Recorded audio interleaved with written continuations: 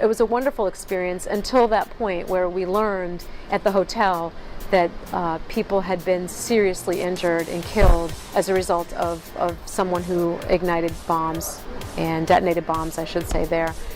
With the hotels next, and people were saying, oh, there's bodies everywhere, hundreds have been killed. And then there was another explosion. And that's when you know. It's like when the second plane flew into the towers, like the first one could have been a mistake, and the second one is, oh no. The bombings were an attempt to take away something sacred to the runners and to the citizens of Boston and to America.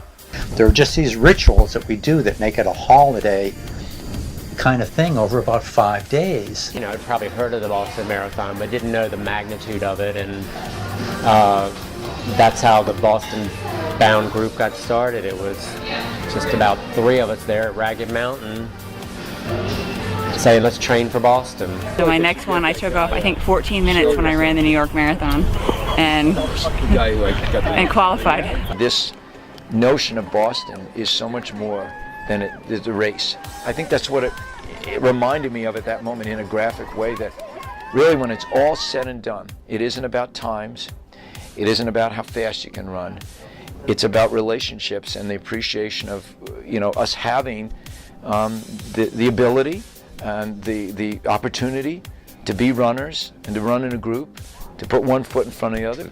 And of course, when you're that close to something that everybody in the world thinks is really cool, all of a sudden it becomes incredibly cool to you. And it is a beautiful city. I love it.